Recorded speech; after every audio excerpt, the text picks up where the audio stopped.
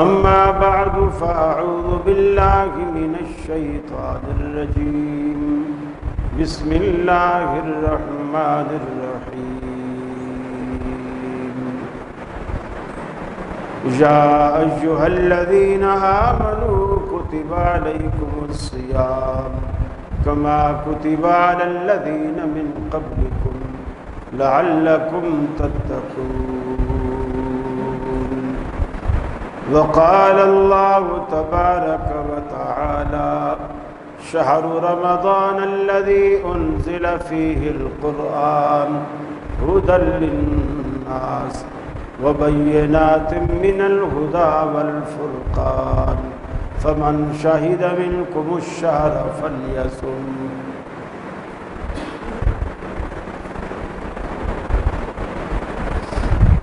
اللہ رب العالمین نے ہمیں ایسے حالات اور ایسے دن بھی دکھائے کہ ایک وہ وقت تھا کہ علماء لوگوں سے کہتے تھے کہ بھائی مسجد میں آیا کرو، اللہ کا گھر ہے، یہاں بیٹھ کر جنت کے پھل کھایا کرو۔ صحابہ نے پوچھا یا رسول اللہ یہ جنت کے باغ اور جنت کے پھل کیا ہوتے ہیں؟ آپ نے فرمایا مسجدیں جنت کا باغ ہیں اور اس میں لا الہ الا اللہ کہنا، اللہ اکبر کہنا، الحمدللہ کہنا، سبحان اللہ کہنا، یہ سب جنت کے پھل ہیں۔ لیکن اب وہ وقت ہے کہ علماء خود ممبروں سے کہہ رہے ہیں کہ یار خدا کے لیے مسجد میں نہ آؤ، اور لوگ ہیں کہ مان کے نہیں دیتے۔ ہمیں تھوڑا سا یہ سوچنا چاہیے، ظاہر بات ہے کتنے بھی ہماری حکومتیں لبرل ہو جائیں لیکن اتنی گئی گزری کوئی حکومت نہ آئی ہے اور نہ ہی انشاءاللہ پاکستان میں آئے گی کہ جو مسجدوں کے دروازے بند کر دیں۔ پہلی بات تو یہ ہے کہ یہ جو ایشو اٹھا ہے کورونا کے حوالے سے، اسے سیریس لیا جائے، مذاق نہ سمجھا جائے۔ ابتدا میں سچی بات ہے مجھے بھی یقین نہیں آتا تھا کہ یہ محض ڈرا رہے ہیں، لیکن کچھ ہمارے جاننے والوں کو اس طرح کی شکایت ہوئی، ایک بھائی کو ہوئی، پھر دوسرے کو ہو گئی، پھر اس کی گھر والی کو ہو گئی، پھر بچے کو ہو گئی، تو اس سے تھوڑا یقین آیا کہ واقعی یہ کوئی ایسی چیز ہے کہ ایک سے دوسرے کو لگ بھی رہی ہے اور اس کا وجود بھی ہے۔ گورنمنٹ کی جو ہدایات ہیں ہمیں اس پہ عمل کرنا چاہیے۔ ابھی میں بیٹھا ہوا دیکھ رہا تھا بہت سارے لوگ جنہوں نے گھر سے وضو نہیں کیا، یہیں آ کے کیا۔ آپ وضو گھر سے کر کے، اس میں حکمت ڈاکٹرز یہ بتاتے ہیں کہ مثال کے طور پر اگر ان میں کوئی بھی مریض کرونا والا ہے، وہ جب یہاں وضو کرے گا تو وہ اپنے جراثیم یہیں جاڑے گا، اس نے ناک بھی یہیں صاف کرنی ہے، بلغم بھی یہیں تھوکنا ہے، منہ بھی یہیں دھونا ہے، ہاتھ بھی یہیں دھونے ہیں، پھر اسی سیٹ پر دوسرا آ کے بیٹھے۔ تو آپ اس احتیاط کو سمجھ نہیں پا رہے۔ گھر میں جب آپ کریں گے، بے شک آپ اگر زیادہ مالدار نہیں بھی ہیں، اتنی احتیاط تو آپ کر سکتے ہیں کہ ایک پلاسٹک کی اسپرے والی بوتل خریدیں، جس کے اوپر پمپ لگا ہوتا ہے اسپرے والا، اس میں ایک ڈھکنا ڈیٹول کی بوتل میں سے ایک ڈھکنا اس بوتل میں ڈال دیں، باقی کو پانی سے بھر دیں، اس کو ہلائیں، دودھی پانی جیسے دودھ ہوتا ہے ایسے بن جائے گا۔ اس کو آپ روزانہ صبح جب اٹھیں اپنے پورے گھر میں، حتیٰ کہ بستروں پہ بھی، پردوں پہ بھی، اور گھر میں اگر کوئی چیز بچھی ہوئی ہے کارپیٹ وغیرہ اس کو ہٹا دیں جس طرح مسجد میں ہٹایا گیا ہے، چونکہ اس میں کسی بھی جراثیم کا اس میں چھپنا اور پایا جانا آسان ہوتا ہے نسبتاً اس فرش۔ ماربل سے آپ جھاڑو بھی دیں گے، پوچھا بھی لگائیں گے، صفائی ہو جائے گی۔ اور گھر میں پوچھا بھی لگتا ہے تو اس پانی میں بھی آپ تھوڑا سا ڈیٹول ڈالیں، ایک تو مکھیاں نہیں آئیں گی، صفائی رہے گی، اس کی مہک بھی آپ کو اچھی لگے گی، اور دوسرا کم از کم، ویسے تو اب گرمیاں ہیں، سردیاں نہیں ہیں، گرمیاں ہیں، ہر روز نہانا چاہیے، اور اگر کسی کے ہاں پانی کی کمی بھی ہے تو کم از کم جمعے والے دن تو نہائے، اور یہ تو سنت ہے، جمعے والے دن نہائے اور کپڑے بھی دھوئے اور دھلے ہوئے کپڑے پہن کے آئے۔ ایسا نہیں کہ مسجد میں ایسے گھس آئے کہ ساری قسم کے جراثیم کا ایک خزانہ بن کے وہ مسجد میں آئے اور جو صحت مند ہو سب کو بیمار کر کے چلا جائے۔ یہ تھوڑا سا، یہ بھی ثواب کا کام ہے، دوسرے کو تکلیف سے بچانا بھی ثواب کا کام ہے۔ اب دیکھیے بڑی بحثیں ہو رہی ہیں مولویوں میں اور اہل حدیثوں میں تو خاص طور پر کہ جی سنت ہے قدم سے قدم ملانا، کندھے سے کندھا ملانا، ٹھیک ہے، میں بھی مانتا ہوں سنت ہے۔ ہم ہمیشہ آپ سے کہتے ہیں کہ بھئی قدم سے قدم ملاؤ، کندھے سے کندھا ملاؤ۔ بنو ثقیف قبیلے کی طرف نبی کریم صلی اللہ علیہ وسلم نے سفر کیا اور راستے میں بارش ہو گئی، راستے میں بارش ہو گئی اور نماز کا ٹائم ہو گیا۔ اب نیچے سارا کیچڑ ہے، پانی کھڑا ہوا ہے، اب نماز اتر کے پڑھے تو کیسے پڑھے؟ نبی کریم صلی اللہ علیہ وسلم نے صحابہ سے کہا سواریوں پہ نماز پڑھو۔ آپ نے اپنی سواری آگے کر لی جیسے امام ہوتا ہے، صحابہ کی سواریاں پیچھے کھڑی ہو گئی۔ اب جب آپ سواری پر بیٹھ کے نماز پڑھیں گے، نہ آپ کا قدم ملے گا نہ آپ کا کندھا ملے گا۔ ظاہر بات ہے آپ فاصلہ رکھیں، چلو اگر آپ سواریاں ملا بھی لیں تو کندھے تو پھر بھی نہیں مل سکتے، تو ایک مجبوری ہے۔ یہ جو سنتیں ہیں ان حالات میں ہیں جن حالات میں آپ نارمل پوزیشن میں ہوں، کوئی معاملہ نہ ہو، کوئی تکلیف نہ ہو۔ اب صلاۃ الخوف ہے جو قرآن مجید میں بھی اس کا ذکر آتا ہے، جو دشمن کا ڈر تھا اور اس وقت اللہ کے رسول نے نماز پڑھی، ایک صف پوری گنے لے کے وہ پیچھے کھڑی رہی،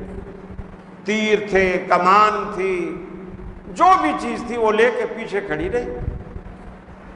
آگے والی صف نماز پڑھ رہی، ایک رکعت، آگے والی صف ایک رکعت پڑھ رہی۔ وہ ایک رکعت پڑھنے کے بعد جب 2 سجدوں کے بعد دوسری رکعت کے لیے کھڑی ہوتی ہے، وہ صف پیچھے چلی جاتی۔ اب یہ سب کچھ نماز میں ہو رہا ہے، وہ صف پیچھے چلی جاتی ہے، اور جو پیچھے تیر کمان لے کے جو لوگ کھڑے ہوئے تھے وہ تیر کمان ان کو دے دیتے ہیں جو لوگ ابھی ایک رکعت پڑھ کر پیچھے آئے، اور خود آگے چلے جاتے ہیں اور ایک رکعت وہ پڑھتے ہیں۔ ہیں دونوں نماز میں، پیچھے والے بھی نماز میں ہیں، آگے والے بھی نماز میں ہیں۔ پیچھے والوں نے نہ رکوع کیا نہ سجدہ کیا، ان کی ایک رکعت ایسے چلی گئی، اور آگے والوں نے رکوع بھی کیا سجدہ بھی کیا، لیکن پہلی رکعت ان کی ایسے چلی گئی، اور اللہ نے ان دونوں کی دونوں رکعتیں تسلیم کی، دونوں رکعتیں تسلیم کی، اس لیے کہ اللہ کو پتہ ہے کہ یہ لوگ اسی طرح نماز پڑھنا چاہتے ہیں جس طرح میرے رسول نے ان کو سکھلایا ہے۔ یہ سنتوں کے دشمن نہیں ہیں، لیکن حالات ایسے آ گئے ہیں، مجبوری ہے۔ تو جب بھی اسلام کو کوئی مجبوری ساقط ہوئی، اللہ تعالیٰ نے اس فریضے کو ساقط کر دی، اس فریضے کو ساقط کر دیا۔ تو مقصد کہنے کا یہ ہے کہ جب بھی، اب جیسے ایک آدمی ہے کھڑا نہیں ہو سکتا، نماز کھڑے ہو کر پڑھنی فرض ہے، بیٹھ کر فرض نماز آپ نہیں پڑھ سکتے، کھڑے ہو کر پڑھنی فرض ہے۔ لیکن ایک بیمار ہے، ٹانگوں میں تکلیف ہے، کھڑا نہیں ہو سکتا، اب اسلام یہ کہتا ہے تیرے کھڑا ہونا فرض ہے، لیکن تیرے اوپر فرض نہیں ہے، تو بیٹھ جا، ثواب تجھے وہی ملے گا جو کھڑے ہو کر بندے کو مل رہا ہے، یا ہو سکتا ہے چونکہ تو اس سے بھی تکلیف زیادہ اٹھا رہا ہے، تجھے میں اس سے بھی زیادہ ثواب دوں، اس لیے کہ یہ رعایت تو اللہ نے دی ہے نا۔ اب ایک آدمی ہے بیٹھ بھی نہیں سکتا، بیڈ پہ لیٹا ہوا، بیٹھ بھی نہیں سکتا، اللہ کہتا ہے نماز کھڑے ہو کر پڑھنی فرض ہے، تو کھڑا بھی نہیں ہو سکتا، بیٹھ بھی نہیں سکتا، کوئی بات نہیں، تو لیٹا لیٹا پڑھ لے، میں تجھے وہی ثواب دوں۔ اب وہ لیٹے ہوئے سجدہ بھی نہیں کر سکتا، لیٹے ہوئے رکوع بھی نہیں کر سکتا، لیکن ذہن میں اس کے ایک خیال ہوگا کہ اب میں رکوع میں ہوں، اب میں قیام میں ہوں، اب میں سجدے میں ہوں، اب میں اتحیات میں ہوں، وہ دعائیں اس حساب سے وہ پڑھتا رہے گا، اللہ تعالیٰ اس کی لیٹے لیٹے نماز وہی قبول کرے گا۔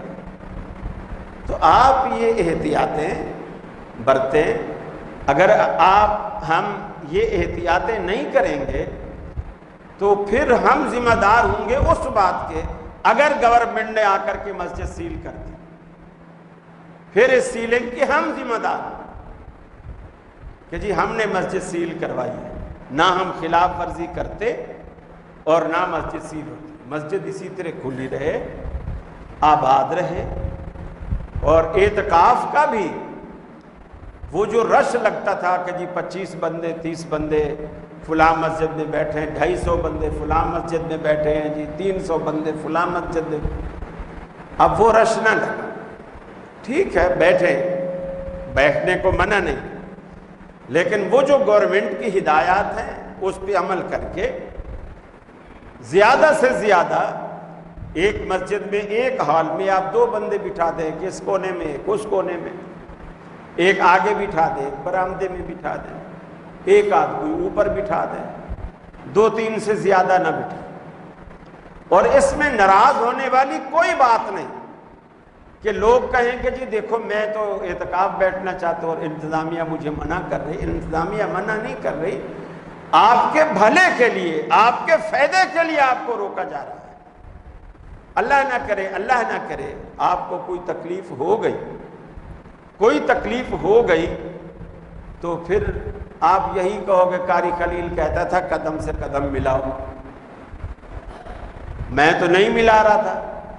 وہ کہتا تھا قدم ملاؤ، میرے کو اس نے لگوائی ہے بیماری، میں تو نہیں کہہ رہا ہوں۔ آپ کو جیسے سہولت ہے،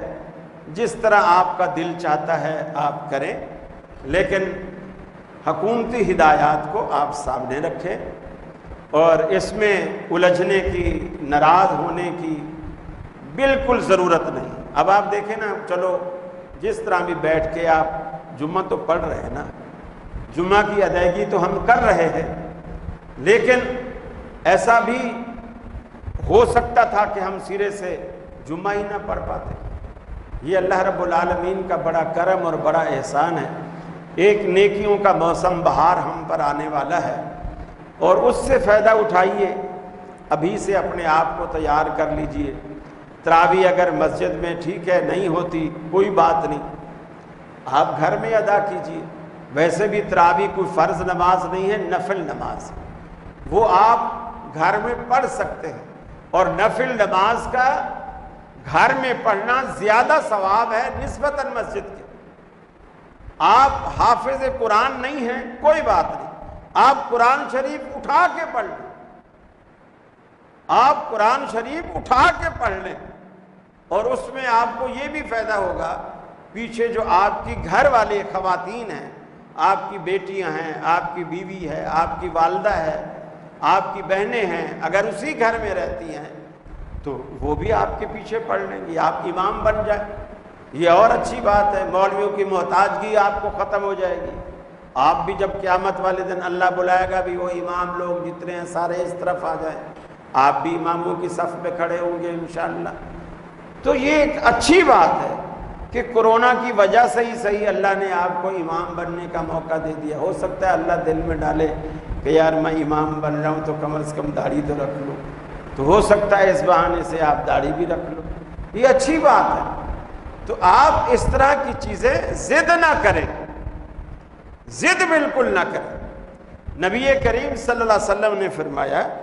یہ جو رمضان کے روزے ہیں، اگر کوئی شخص عمدن جان بوجھ کر رمضان کا روزہ چھوڑ دیتا ہے، بیمار نہیں ہے، سفر میں نہیں ہے، رکھ سکتا ہے لیکن نہیں رکھتا ہے، ہٹا گھٹا ہے لیکن نہیں رکھتا، اللہ کے رسول نے فرمایا یہ رمضان کا ایک روزہ بھی اس نے بغیر شرعی عذر کے اگر چھوڑ دیا، اس کے بعد ساری زندگی بھی اگر روزہ رکھتا رہے تو جو اس نے ایک روزہ رمضان کا چھوڑا ہے نا، اس کو کفایت نہیں کر سکتا آپ کا ساری زندگی روزہ رکھنا بھی۔ تو لہٰذا روزے رکھیے۔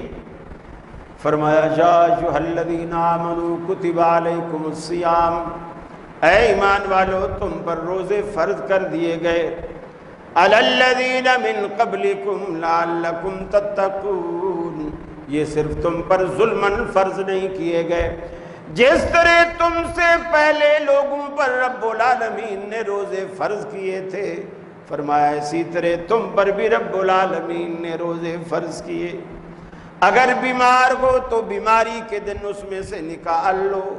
اگر دائمی بیمار ہو تو کوئی بات نہیں، اپنی جگہ فدیہ دے دیا کرو، ففدیۃ طعام مسکین، ایک مسکین کا کھانا روزانہ کھلا دیا کرو، کسی بھی ایک مسکین کو مقرر کر دو، وہ گھر پہ آ جایا کرے، اسے پیٹ بھر کے کھانا کھلا دو جو بھی آپ کھاتے ہو۔ اور اگر ایسا نہیں کرنا چاہتے تو 30 مسکینوں کو اکٹھے بلا کے سب کو اکٹھے پیٹ بھر کے کھانا کھلا دو، وہ آپ کے پورے مہینے کا فدیہ ہو جائے گا۔ یہ اللہ نے آپ کے لیے آسانی دی۔ اسی طرح اگر دودھ پلانے والی ماں ہے اور ڈاکٹر نے اسے کہا ہے کہ اگر تو روزہ رکھے گی تو دودھ تیرا سوکھ سکتا ہے اور بچہ بھوکا رہے گا، تو وہ کوئی بات نہیں، چھوڑ دے۔ ظاہر بات ہے اس نے پھر 2 سال تک دودھ پلانا ہے، اس کو آگے موقع نہیں ملے گا روزہ رکھنے کا، وہ بھی فدیہ دے دے، وہ بھی فدیہ دے دے۔ اور اسی طرح کوئی حاملہ عورت ہے اور وہ صحت میں کمزور ہے اور ڈاکٹر نے کہہ دیا ہے کہ اگر تو روزے رکھے گی تو بچہ اندر سوکھ سکتا ہے اور بچے کی صحت کو نقصان پہنچ سکتا ہے، تو وہ بھی چھوڑ سکتی ہے۔ روزے کی حالت میں آپ جیسے خواتین ہیں یا کوئی باورچی ہے، کوئی خانسامہ ہے، وہ کوئی چیز پکا رہا ہے تو اسے چکھ بھی سکتا ہے۔ چکھنے کا مطلب یہ ہوتا ہے وہ چیز لی، زبان کو لگائی، پتہ چل گیا نمک تیز ہے، ہلکا ہے، نہیں ہے، پھر اس کو تھوک دے، اس لعاب کو پھر حلق سے نیچے نہ اتارے، اس کو تھوک دے۔ ذائقے سے روزہ نہیں ٹوٹتا، ذائقہ تو ہر چیز میں ہوتا ہے، مسواک میں بھی ذائقہ ہوتا ہے، آپ لکڑی کا مسواک کریں اس میں بھی ذائقہ ہوتا ہے، آپ ٹوتھ برش آپ استعمال کریں ٹیوب، اس میں بھی ذائقہ ہوتا ہے، آپ کھارے پانی سے وضو کریں، اس کا بھی ایک ذائقہ ہوتا ہے، ذائقے سے روزہ نہیں ٹوٹتا ہے، اس کو آپ حلق سے نیچے نہیں اتار سکتے۔ اسی طرح روزے میں سرما لگا سکتے ہیں، تیل لگا سکتے ہیں، مالش کر سکتے ہیں، نہا سکتے ہیں، ناخن کاٹ سکتے ہیں، زیر ناف بال کاٹ سکتے ہیں، ہر قسم کی صفائی ستھرائی آپ کر سکتے ہیں، خوشبو کا استعمال کر سکتے ہیں، خواتین بھی آرائش زیبائش روزے کی حالت میں کر سکتی ہیں، یہ ساری چیزیں جائز ہیں۔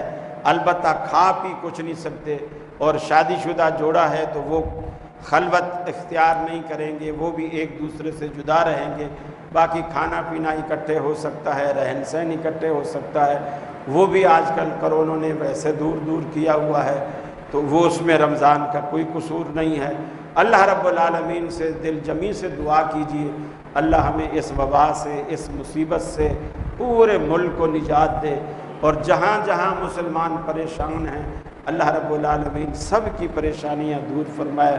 سب کے کاروبار اللہ رب العالمین چمکائے، بلکہ اس کے بعد اللہ تعالیٰ ایسا فضل کرے کہ جو اس میں تاجروں نے نقصان اٹھایا ہے، مزدوروں نے نقصان اٹھایا ہے، اللہ تعالیٰ ان کے نقصان بھی اپنے فضل سے پورے کرے اور خیر و برکت سے ان کو نوازے۔ اللہ سے دعا ہے اللہ رب العالمین ہمیں عمل کی توفیق عطا فرمائے۔